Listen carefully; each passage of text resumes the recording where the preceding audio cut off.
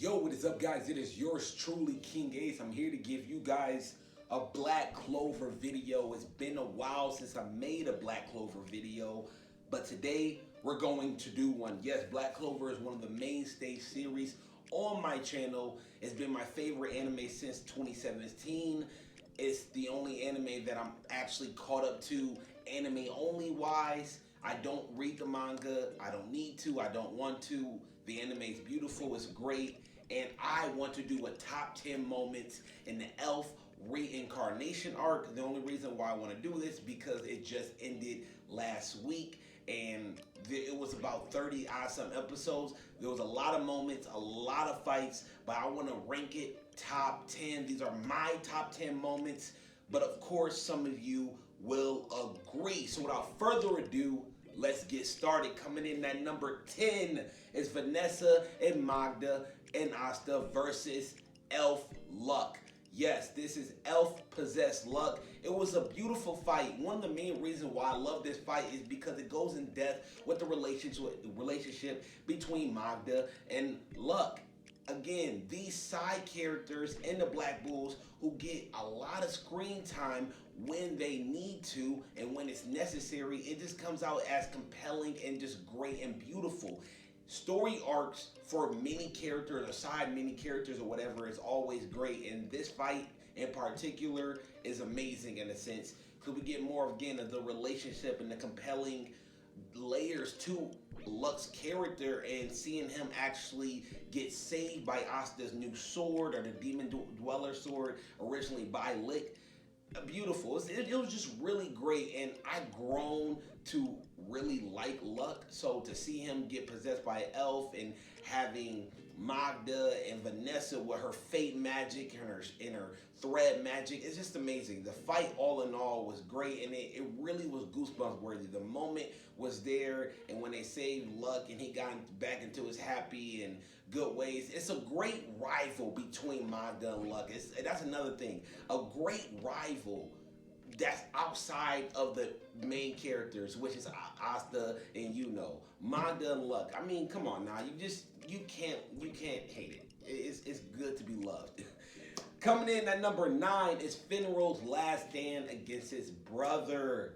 Yes, this was, again, another great moment by one of the Black Bull cast members, by one of the Black Bulls group members. It was great because Finral was always a support character. So to see him step up, Finral got the last hit in. He was using his last of his mana. And when it was just beautiful, it was amazing. Coming in at number 8 is Noelle's Valkyrie transformation. This was something great and amazing for one, not only women, but female characters in general. It was great for Noelle because it showed me that she can stand on her own 2 feet and she can ascend past her limits, and that's what Black Clover is all about. Ascending and pushing past your limits, as said by Yami, and Noelle does it, and it makes me like Noelle more and more. I just grow to like Noelle. She was very annoying, people say Asta was annoying in the beginning. No, I hate that royalty talk by Noelle. I hated her. And we're not supposed to. Of course she's supposed to come out as annoying because she is royalty, but she came off as very annoying. Even to this day, like, she's somewhat kind of annoying. But it is what it is. Her Valkyrie transformation was great. She puts past her limits, like I said, helping and seeing her brother Silent when he was down and out. It just, again, made for a really great moment. And it was honestly well overdue. Again, we had these little moments with Noelle here and there throughout the 100 episodes and whatnot. But finally seeing her get her moment while saving her brother and sister, you couldn't ask for a better moment, you know what I'm saying, with a side main character like Noelle. You just couldn't ask for a better moment. Coming in at number 7 is Charmy's dwarf transformation. This was out of the blue, out of nowhere. I can see why people don't really know where to place it. As far as me personally, it was great because it gave, again, Charmy some layers. Charmy already had that very cute aspect with her transforming into a little child, and then kind of her going to those teenage. This right here gave her that much needed edge and that much needed layer. And again, it was surprising because it introduced a whole new race, like hybrid dwarf, like, come on now. So I'm pretty sure we're gonna get more about that later on. I'm probably gonna do a video expecting what of the dwarf clan. I don't know what to call them, but again, it's amazing. I honestly wasn't expecting Charmy to undergo a transformation like this. It was again out of nowhere. It wasn't really foreshadowed besides her cotton magic resembling somewhat of a beast because it's somewhat dark and whatnot. So it was kind of teased there, but it wasn't necessarily foreshadowed. But I kind of like what Yuki did, excuse me, the creator of Black Clover. He made Charmy not even be aware of her powers at all either. So it's like, oh, we wasn't aware, she wasn't aware either. So it really pushed the elements in that aspect. Again, that was my number 7 moment in the Elf reincarnation arc. Coming in at number 6 is the first Wizard King revealed. We finally see the first Wizard King after Nero puts all the magic stones in the stone statue of the Wizard King to basically revive him. Amazing, like this right here, and I'll go ahead and just tag on the first Wizard King and Nero revealed.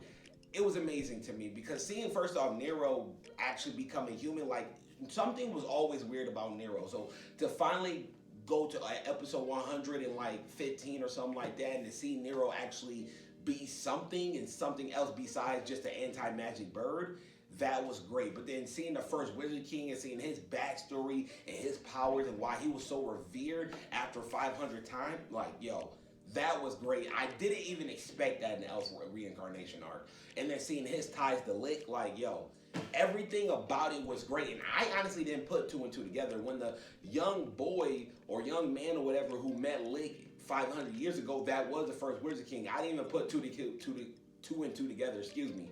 But yeah, again, that is my number 6 moment. Number 5 is Julius versus Lick, aka Patry. This was a tale of tales, man. This right here basically showcased the greatness that is Julius Novachrome. Like, come on, bro. Julius is a beast. He's a literal monster. The time magic is so OP. Like, time is the only thing that can necessarily stop light in this aspect, even though in real world, like time slowly decrease, you know, to light and all that. Yo, Julius showcased a whole, and then the end of this arc to see, yo, Julius versus Lick was amazing because light magic is supposed to be here. You got a 4-leaf Clover Grimoire, okay? A 4-leaf Clover Grimoire, light magic abilities versus time. Julius Nova, he has to be the best Wizard King, bro. His magic allows him to be that, in my opinion. Like, look, the last, come on! Episode 120, that's all I gotta say. Moving in at number 4 is the Kodama Devil reveal. Yes, this was, I guess, what we were waiting for. Me, I was confused. I'm gonna be honest with you. I was confused because I thought this was the devil that was residing in Asta's grimoire, or essentially in Asta himself. No, that is not the case at all. Like, period. He was actually the man behind the 500-year elf reincarnation. Like, it was amazing because I didn't even think we were gonna get him. You know, I thought Lick reincarnation was the basically end game. Revive him, fight him, boom. No, like, come on, man. And then his word soul magic, that is so OP and so amazing. Like, I haven't seen a magic ability like that. I've seen stuff where you kind of talking, but not to that extent. And to see the word devil pretty much go against top tier magic users and Yami, Jack the Ripper, Solid, and these are people that's like just placed down here. Like, he was really going against Lick, the first Wizard King, Patry, you know, Asta. Like, it goes on and on and on. The word, bro, word soul magic, the Kodama Devil reveal, amazing. That is my number 4 in the Elf reincarnation arc top 10 moments. Coming in at number 3 is Asta and Yuno versus Lick. This right here, man, episode 100. This was pretty much close to being number 2. Very, very close to being number 2.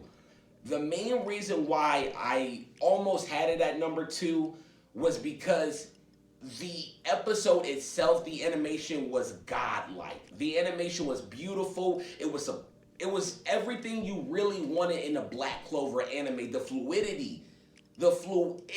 Oh my God. Studio Period does not get enough credit. The fluidity is something to really just be amazed at. That in of itself. That's one of the main reasons why Asta's demon form or devil form or whatever you want to say, why he came about in such a way it did with the animation being all choppy, is because they wanted to incorporate, one, Asta's imagination, and two, the fluidity behind Asta's imagination.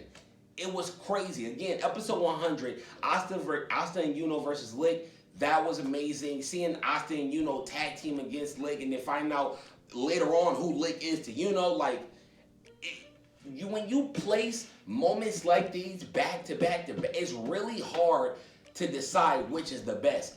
This right here, episode 100, will go down as one of the best moments ever in Black Clover.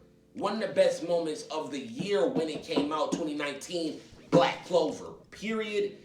It was great. And that is my number 3. Number 2 is the final attack against the Kodama Devil, the Word Soul Magic user of Demon Devil Magic, I'm not sure. The final attack, Asta, Yuno, and Yami. The main reason why I liked it was because it was exhilarating and it was anticlimactic. And I know that's kind of weird to say, but it was. But it was in a good way. Because sometimes you need to have moments like these where it is a feel-good moment. Again, this is 500 years time, and we necessarily wasn't even building up to this. So to get this, it was like every single moment was a treat. Every single moment. So to see Asta basically, essentially, for me, this is another reason why number 2, for me, when we seen the devil talk to the Kodama Devil, yo, that was nuts, bro. That was nuts. That is like, to me, that set me off. So seeing Asta basically, his sword, the Demon Dweller's sword, getting stronger and bigger and more powerful, essentially, and him just going through all of Kodama Devil's like powers, and then seeing Yami use his dimension. I don't even know what the technique is, bro. Like, but it was, come on now. Like, we can't act like that wasn't cold. Like, that wasn't like the shit. And then, you know, like, man, the adaptability in Yuno is crazy. He is one of the GOATs, period. One of the GOATs. So again, final attack, number 2 on my list. Let's go ahead and let's go out and bring out some honorable mentions. Honorable mention number 1 is the Black Bulls versus, I believe their name is, I forget. They're from the Eye of the Midnight Sun.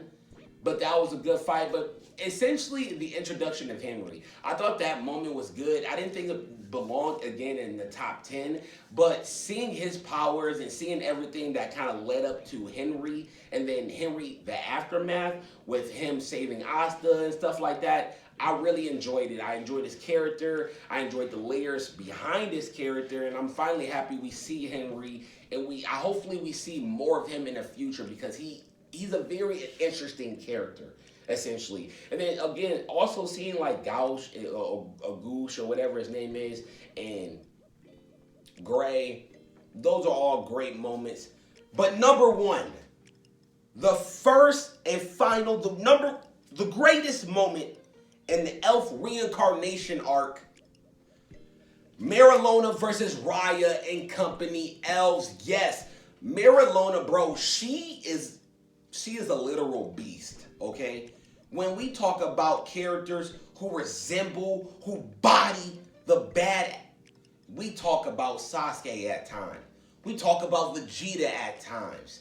We talk about, give it to me. We got Byakuya from Bleach. Excuse my language. Come on. Zoro. We talk about so many characters. Kinpachi. We talk about characters who are bad ass. Whitebeard, badass Torque. Star June.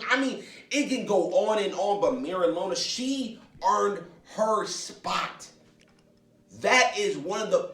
She is a badass. If you want a badass female, if you want a badass female character who can go toe to toe in badassery with any male character you put up, you gonna get Marilona. I'm sure I'm abusing her name. I'm sorry, but you're gonna get her moment when she said, Zora, Asta, get out of here. I'll fight these L's myself. And it was like 3-4 L's, Raya being one of them. And he was arguably one of the strongest since he was in the whole, you know what I'm talking about. Eye of the Midnight Sun, Raya disloyal, excuse my language. Veto. Come on now. Marilona earned her keep. She was crazy, man. And then she stood there and unrelentless. Unrelentless. That right there, I'm getting goosebumps even talking about it. Unrelentless strength, patience, courage, ability. Nobody, and I mean nothing, is topping this moment or is topping her as far as badassness. In my opinion, the #1 moment, and again, this could be controversial or not, but the #1 moment for me is Marilona versus Raya and company else. Her moment in the end, her standing there, her bleeding all the way through, it just couldn't be topped. And again, there were so many great moments. The final attack, the word devil, so many moments. That was my #1. That's pretty much it. I hope you guys enjoyed. Please let me know what you guys think. And until then, I'm going to see you guys later. This KingAce. And subscribe.